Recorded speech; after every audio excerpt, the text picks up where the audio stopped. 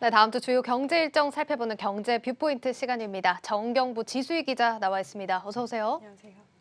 네, 오늘 또 삼성전자가 9만 원이 넘어간 날입니다. 그만큼 또 관련된 주제 또 가져와 주셨는데 맞습니다. 일단 삼성전자가 다음 주에 이제 갤럭시 S21 신제품이 또 공개가 됐는데요. 통상 2월에 공개가 됐던 걸로 알고 있는데 이번에는 좀 빨라진 것 네, 같습니다. 맞습니다. 말씀하신 대로 갤럭시 S 시리즈는 보통 2월에 공개하고 3월에 출시가 됐었는데 이번에는 네. 한 달 정도 빨라졌습니다. 오는 15일 0시에 온라인을 통해서 갤럭시 S21을 공개될 예정인데요.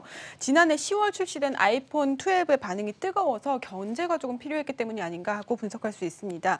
시장 조사 업체 스트래티지 애널리틱스에 따르면 애플의 아이폰 12 판매량이 출시 2달 만에 삼성전자가 지난 1년 동안 판매한 5G 폰의 판매량을 넘어선 것으로 나타났습니다.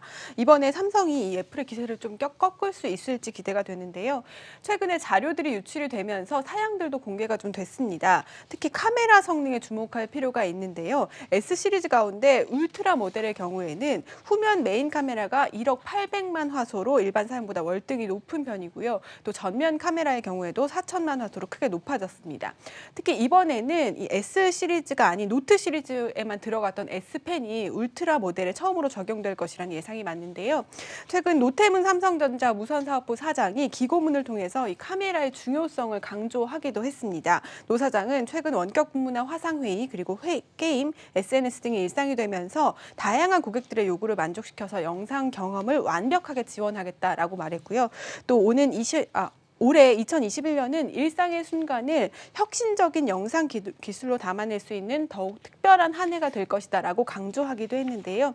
실제로 이 코로나 영향으로 활용이 일상화되고 있는 영상 활용이 아주 많아지고 있는데 이 상황에서 아이폰 12의 기세를 꺾을 수 있을지 주목됩니다. 삼성전자는 오는 15일 언팩 행사 직후에 사전 예약 판매를 시작하고 오는 29일에 공식 출시할 예정입니다. 네, 이번 갤럭시 S21 출고가를 99만 원대에서 협의했다라는 소식이 전해졌습니다. 이렇게 가격 경쟁력을 내세운 만큼 또 전작의 부진을 만회할 수 있을지 주목을 해보셔야겠습니다. 자, 그리고 또 오늘 LG전자도 신제품 공개 일정이 있습니다. 사실 이제 LG폰이 삼성이나 애플에 비해서는 관심도가 좀 떨어졌던 게 사실인데 맞습니다. 이번에는 좀 주목해볼 필요가 있다면서요? 네, 그렇습니다. 이번에 LG전자가 공개할 스마트폰이 시장에서 조금 혁신을 이끌지 않을까 이런 기대감이 있기 때문인데요. 네네. LG전자도 미국 시간으로 오는 11일 온라인으로 열리는 CES 2021에서 첫 롤러블 폰을 공개할 예정입니다. 이 롤러블 폰은 화면이 돌돌 말리는 폰인데요. 화면을 펼치기 전에는 디스플레이가 6.8인치로 일반 스마트폰과 비슷하지만 펼치면 7.4인치로 확대되는 것이 특징입니다. 앞서 LG전자는 화면이 말리는 기술을 TV에 적용한 롤러블 TV를 선보이면서 롤러블 폰은 LG가 주도할 것이다라는 전망이 있어 왔는데요. 이런 상황에서 지난해 11월 중국의 스마트폰 제조사 오포가 이 롤러블 폰 시제품을 깜짝 선보였습니다. 때문에 LG도 더 이상 늦출 수 없다라는 판단이 작용하면서 LG도 속도를 내고 있는 건데요. 다만 이번 CES에서는 이 제품의 전체 모습을 보지는 못할 것으로 보입니다. 일부를 영상 형태로 공개할 것으로 예상이 되는데 롤러블 폰 특성상 디스플레이가 돌돌 말려 있어야 하기 때문에 스마트폰이 조금 두꺼울 수가 있습니다. 네. 이 때문에 LG는 이 문제들을 좀 해결하기 위해서 노력을 하고 있고요.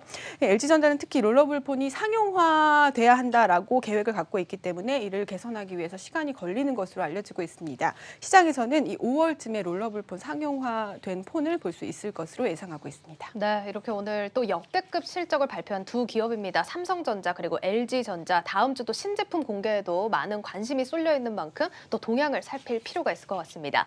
자, 그리고 다음 일정도 좀 살펴볼 텐데 이제 11일부터 3차 재난지원금 지급이 시작이 됩니다. 뭐 조금이나마 도움이 되었으면 하는 바람이 드는데요. 일단 지급이 시작되면 다음 주에 모두 받을 수는 있는 겁니까? 네, 우선 지난 1, 2차에 재난지원금 받으신 분들이 계실 텐데 이런 네네. 분들의 경우에는 다음 주부터 좀 빠르게 받으실 수 있습니다. 특히 65만 명의 특고와 프리랜서 분들은 신청만 하면 11일부터 50만 원이 지급되고 정부는 설 전에 90% 이상 지급할 것이다라고 설명을 하고 있고요. 기존에 지원금 받지 못하신 분들은 2월에 신청을 받습니다. 이분들 같은 경우는 기존 대상자 지급이 다 끝난 이후에 심사를 거쳐서 2월이나 3월 중에 100만 원 원이 지급될 예정입니다. 소상공인 지원금도 11월부터 지급이 되는데요. 2차 지원금 받으신 분들 역시 11일부터 받으실 수 있고, 다만 이번 지원의 경우에는 지난해 11월 30일 이전에 개업하신 분들만 지원을 받을 수 있기 때문에 새롭게 창업하신 분들은 과거 자료가 없어서 이번에 부가세 신고를 하셔야 되는데요. 부가세 신고 기한이 이달 25일까지인데 이보다 한 달 늘어났습니다. 다음 달 25일까지 연장이 됐지만 또 빠르게 신청을 하시고 빠르게 신고를 하실 경우에는 3월 중순 이후에 받으실 수 있겠습니다. 네, 알겠습니다. 사실 뭐 1차 때 신속하게 처리가 되지 않았기 때문에 뭐 원성을 사기도 했었습니다. 네, 맞습니다. 정부가 그런 만큼 이제 빨리 더 지급을 하기 위한 작업들을 하고 있죠. 네, 사실 이 코로나 상황이 처음이기 때문에 정부도 이 재난지원금을 지급할 때 많은 네. 혼란이 있었습니다. 1차 때 같은 경우는 신청자가 176만 명이 모였는데요.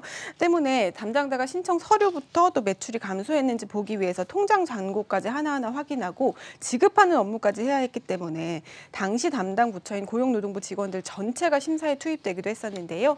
2차부터는 국세청 납세 신고 자료를 활용하면서 속도가 좀 빨라졌습니다. 3차 지원금도 그간의 데이터와 노하우가 쌓이면서 빠르게 지급이 가능한 건데요. 정부는 또 앞으로 이런 상황이 발생할 경우를 대비해서 고용 취약계층의 소득 신고 기간을 좀 단축하기로 했습니다. 예를 들어서 보험 설계사나 학습지 교사 같은 소속이 있는 특고직의 경우에는 그동안 단기별로 소득 신고를 했는데 앞으로는 일용직과 똑같이 월별로 신고를 해야 하고요.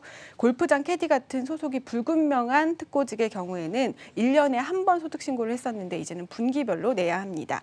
정부는 그 대신에 이 소득 신고를 늦게 했을 경우에 붙는 가산세 부담을 좀 줄여주기로 했는데요. 이 같은 자료들은 앞으로 전 국민 고용보험 구축을 위한 자료로도 활용될 전망입니다. 네, 이렇게 코로나 상황이 좀 장기화되면서 특수 고용자나 프리랜서, 뭐 자영업자들뿐만 아니라 전반적으로 이렇게 고용 시장이 대위기를 맞고 있는 상황입니다. 자, 이제 다음 주에는 지난해 또 이제 연간 고용 동향이 발표가 되는데요. 뭐 역설적이게도 이번 정부 들어서 최악의 성적표가 기대가 된다면서요? 네, 그렇습니다. 사실 문정부 정권 초기에 일자리 꼭 챙기겠다 하면서 출범을 네네. 했는데요. 다음 주 13일 문재인 정부의 4년차 고용 성적표가 나옵니다. 코로나 여파 또 경기 침체까지 겹치면서 IMF 이후에 22년 만에 최악의 성적표를 받아들 것으로 예상이 되는데요. 실제 지난해 11월까지 월 평균 취업자 수는 전년도에 비해서 18만 1,000명이나 감소를 했습니다. 또 12월에도 코로나 3차 확산으로 인해서 더 감소할 것으로 예상이 되는데요. 앞서 정부도 지난해 연간 취업자 수 22만 명까지 줄어들 것이라고 예상을 했습니다. 1998년 IMF 외환위기 당시의 취업자 수는 127만 6천 명까지 감소를 했고요. 또 글로벌 금융위기 여파를 받은 2009년에는 8만 7천 명 정도 감소를 해서 그 이후 11년 만에 첫 취업자 감소인 셈입니다. 정부는 따라서 올해 직접 고용을 좀 늘린다고 했는데 지난해보다 10만 명 정도 늘어날 예정입니다. 홍남기 경제부총리의 이야기를 들어보시겠습니다. 직접 채용과 관련해서는 동절기 고용 위축을 최소화하기 위하여 직접 일자리 사업 104만 명을 제공토록 하고 이 중에 절반 수준 50만 명은 1월 중에 채용하고 공공기관의 신규 채용도 더 확대하도록 하겠습니다. 정부가 그동안 내놓은 일자리 정책들이 취업자 숫자를 올리기 위한 거다, 노인들을 위한 단기 일자리다 이런 얘기들이 많았는데 네네. 그마저도 이제 올해 백신 공급이 좀 늦어지거나 코로나 상황이 악화될 경우에는 이마저도 쉽지 않아서 녹록지 않을 것으로 예상이 됩니다. 알겠습니다. 자, 이렇게 다음 주 일정 상세하게 살펴봤습니다. 정경부 지수희 기자와 함께했습니다. 고맙습니다. 감사합니다.